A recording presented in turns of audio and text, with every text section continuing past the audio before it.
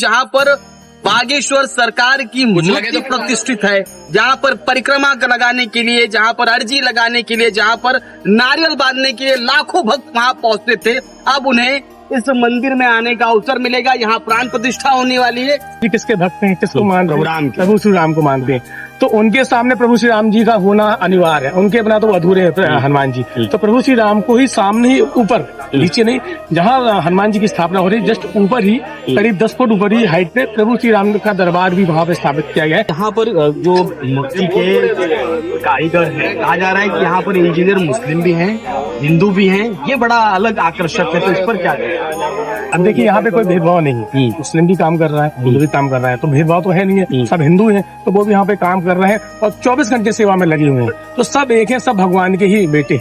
नमस्कार, मैं सचिन दीक्षित एक बार फिर से आप सभी के सामने हाजिर हूँ। इस जगह पर मैं उपस्थित हूँ जहाँ पर अब महाराष्ट्र के लोगों को या गुजरात के लोगों को या आसपास के राज्य के लोगों को जो मध्य प्रदेश जाने से वंचित रह जा रहे थे, उस गड़ा गांव में जहाँ पर बागेश्वर सरकार की मूर्ति प्रतिष्ठित है, जहाँ पर परिक्रमा लगाने के लिए, जहाँ पर अर्जी लगाने के लिए, जहाँ पर नारियल बांधने के लिए लाखों भक्त वहां पहुंचते थे।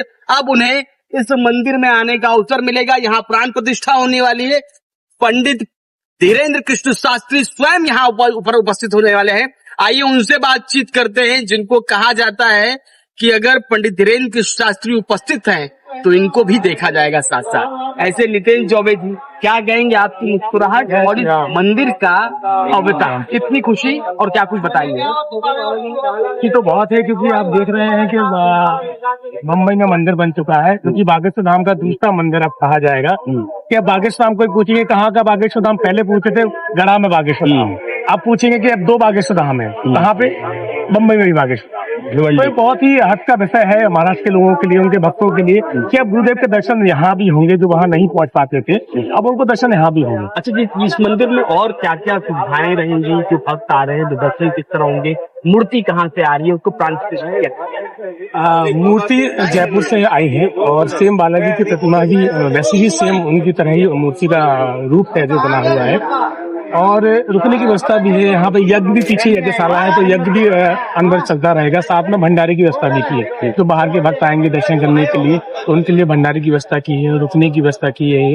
हर तरह से व्यवस्था, जैसे बागेश्वर पावन तीर्थ है वैसी व्यवस्था यहाँ पर भी की है। अच्छा, यहाँ पर जो मूर्ति के कारीगर है, कहा जा रहा है कि यहाँ पर इंजीनियर मुस्लिम भी हैं, हिंदू भी हैं। ये बड़ा अलग आकर्षक है, तो इस पर क्या कहें? ये सब है तो भगवान की ही बेटे होने की है।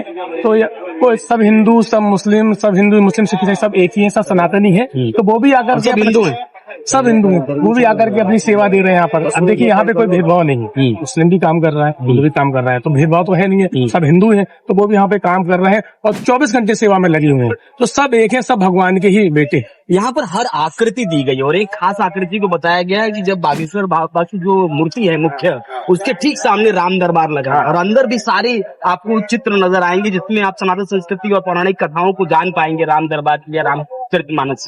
आप देख रहे हैं कि जो अपना श्री रामचरितमानस है, रामचरितमानस में आप देख रहे हैं कि जैसे पहले में आप एंट्री करेंगे मंदिर के अंदर, जहाँ गुरुदेव के दर्शन होंगे, जहाँ वो बैठेंगे भक्तों को दर्शन देंगे, तो आप राम जी का स्वयंवर देखेंगे। फिर आप देखेंगे कि वहाँ पे राम जी के स्वयंवर के साथ फिर आप सीता हरण हो रहा है, हनुमान जी का मिलन हो रहा है। तो ये पूरा रामचरितमानस पे पूरा बनाया हुआ है, इसको चित्र बनाया हुआ है। साथ में प्रभु से हनुमान जी किसके भक्त हैं, किसको मानते हैं? प्रभु श्री राम को मानते हैं।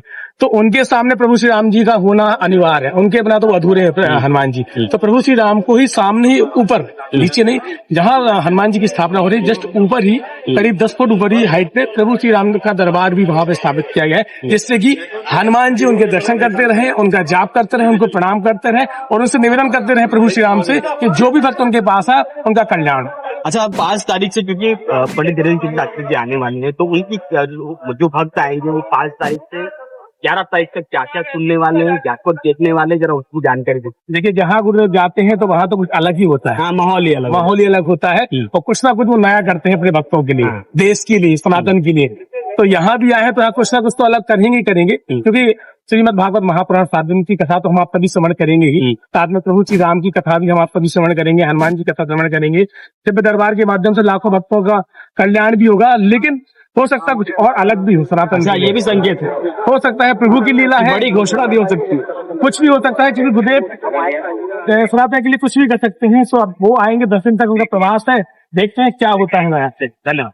ये थे नितिन चौबे जी। इन्होंने साफ तौर पे कहा कि आने वाले 5 तारीख को जिस प्रकार का माहौल उत्पन्न होगा वो हिंदू राष्ट्र की परिकल्पना संकल्पना को पूरा करने वाला देखने योग्य होगा। अब देखना ये होगा कि 5 तारीख के बाद में आखिर इस भिवंडी के इस गांव का माहौल किस प्रकार में आता है। आज के लिए धन्यवाद।